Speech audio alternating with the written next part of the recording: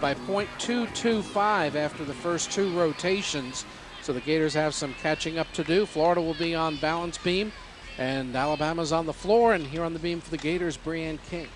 She's in a little different position this year in the lineup. Last year, she anchored the Florida beam, and depending on how the team had done when it came to her turn was what skills she put in her routine. So that was kind of neat that she could do that. And of course now being so consistent though, starting off with Florida.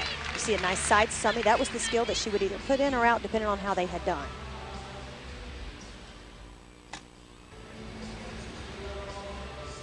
This is a great event for her. Ever since she's been a Gator, she's been in the beam lineup.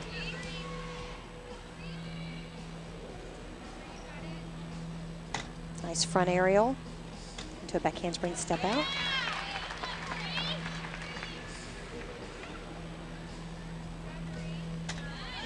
So far this year, she's hit all 3 beam routines. I think Rhonda Fain really likes having Katie Rue and Breanne King at the start of the beam lineup, and Katie started out with a 9.825 tonight, and you just know you're going to get a good start. It shows you the strength. Rhonda Fain says she can do whatever she wants in the routine this year, being at the beginning, and that shows you the strength of this Florida beam team.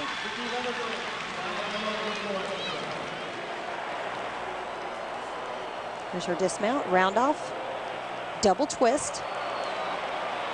Great solid start for Florida on beam. A 9.825 for Breanne King. So the Gators with a couple of good scores as they try to close the gap on Alabama. And our first look at Alabama senior Erin Rightley from Fort Walton Beach. You could have waved at her house on the way over from Pensacola to Gainesville, huh? Well, she's provided a lot of depth for Alabama, mostly on the balance beam and the floor exercise. Up a handspring pike double back.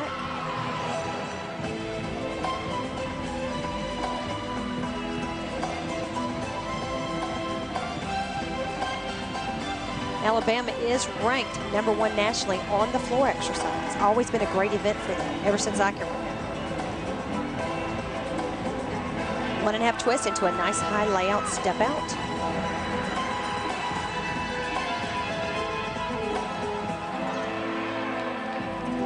One thing I was noticing in reading the media guide is Florida and Alabama both are not only great gymnasts, but they're also great students.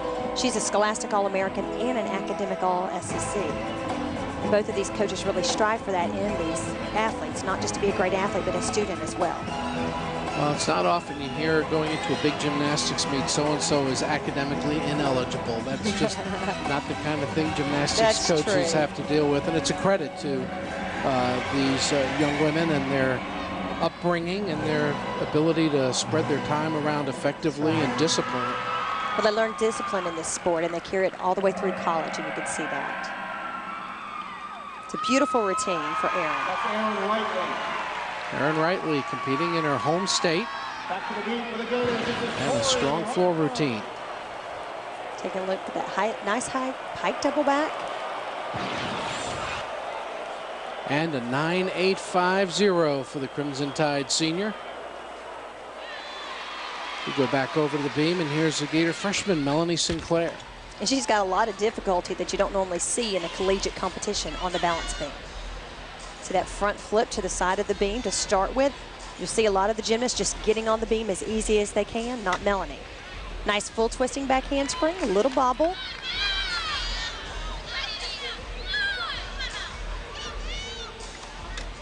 Gator back handspring, layout, step out. Well, she had lots of trouble on the bar, so be interesting to see if she can recover on this event. Definitely one of the hardest events to recover on when you've already made mistakes in the evening. You see Coach Rhonda Fain right there looking up. She competed in the U.S. Olympic trials in 2004 and placed 12th in the all-around.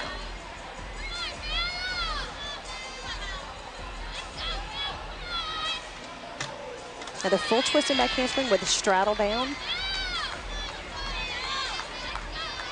You can see what makes some of these routines stand out from the other ones with just this little added difficulty. Tough thing is, though, it's taking a risk where they could fall on that skill very easily. Nice finish with a pike double back and a great landing. You see she recovered nicely from the mess-ups on the uneven bars and stuck the landing for her pike double back. So Melanie Sinclair with a 9.850. Sinclair will be going all around more frequently as the season goes along, but a good routine tonight for the Gators. And now over to Alabama's 8-time All-American, Terin Humphrey.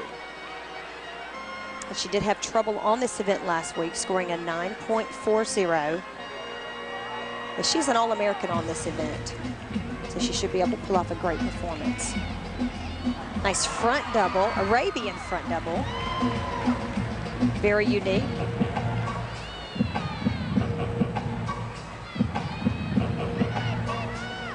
She is Alabama's first Olympian. Lots of other SEC schools have had Olympians, but this will be Alabama's first. And that's a trend that's changed over the years.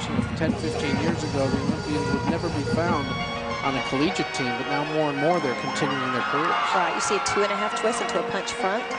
And you're right, Larry, back then your body would be so worn down from the training by the time they got older that they couldn't compete. But now, it's, you know, they look forward to competing as a collegiate gymnast. The reputation for it has gotten so much better. And I think the crowd support also helps. They got 6,000 plus tonight. Alabama averaged 12,000 at home last year, so that keeps the energy going as well. Last year against Florida, they sold out at 15,000 for gymnastics meet. That's something. Coleman Coliseum. Pike double back, and she stuck the landing. Very nice routine for Terin. Showing her All-American form to the crowd at the O'Connell Center. She's not only an All-American gymnast, but she also is an accomplished horsewoman and barrel racer. She does it all. I could race a barrel. 9.875 for Terin Humphrey. Now we go back to Florida. Here's Corey Hartung.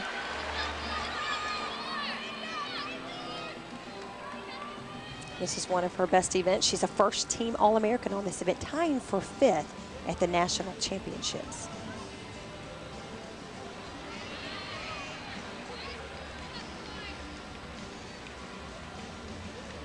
Corey has added lots of difficulty on a few of the events. We talked about her adding the difficulty on bars, and she's also added some difficulty here on the balance beam with a switch leap ring leap.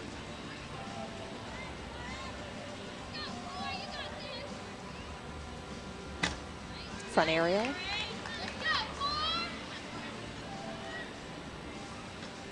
Back handspring, layout, step out, right on. She always seems so relaxed and calm on the balance beam.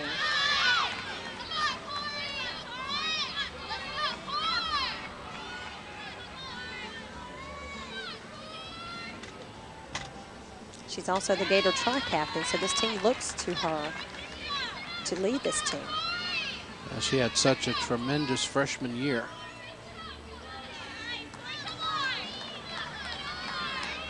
I think the hardest part for Florida is just trying to figure out who's going to be in the lineup. They have so many great athletes this year. Round off 2.5 twist and a great landing.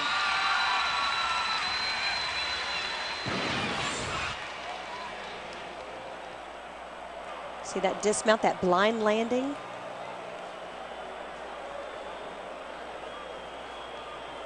Ron Fame very excited about that routine. And the best score of the night so far, a 9.925 for Corey Hartung as Florida continues to perform well on beam. And here's an absolutely crucial routine for the Gators. Amanda Castillo, the last Gator on beam after Ashley Reed had fallen. So this is a must performance for Florida to stay in this meet. Well, this has got to be a tough position for her to be in as a freshman, knowing the importance of this meet. Anytime Florida and Alabama go head-to-head, it's a big deal. It's competitive, just like football and basketball. Back handspring, you see the step outs quite often, but not as many when they land with their feet together. The standing layout step out.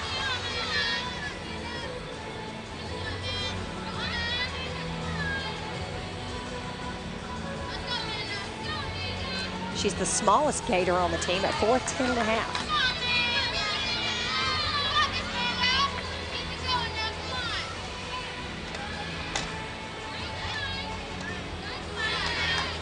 Right bobble there on her jump combination.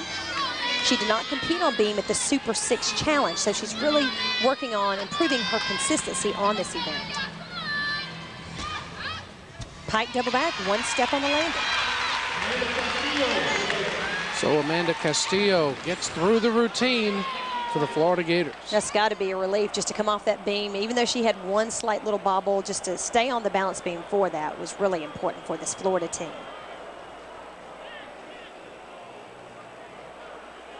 Nice finish, just one little step at the end. And the Florida freshman gets a 9.725. Not a great score, but certainly good enough to give the Gators a chance heading into the final rotation. Florida will be on floor. He can't wait. And we'll be right back to show it to you.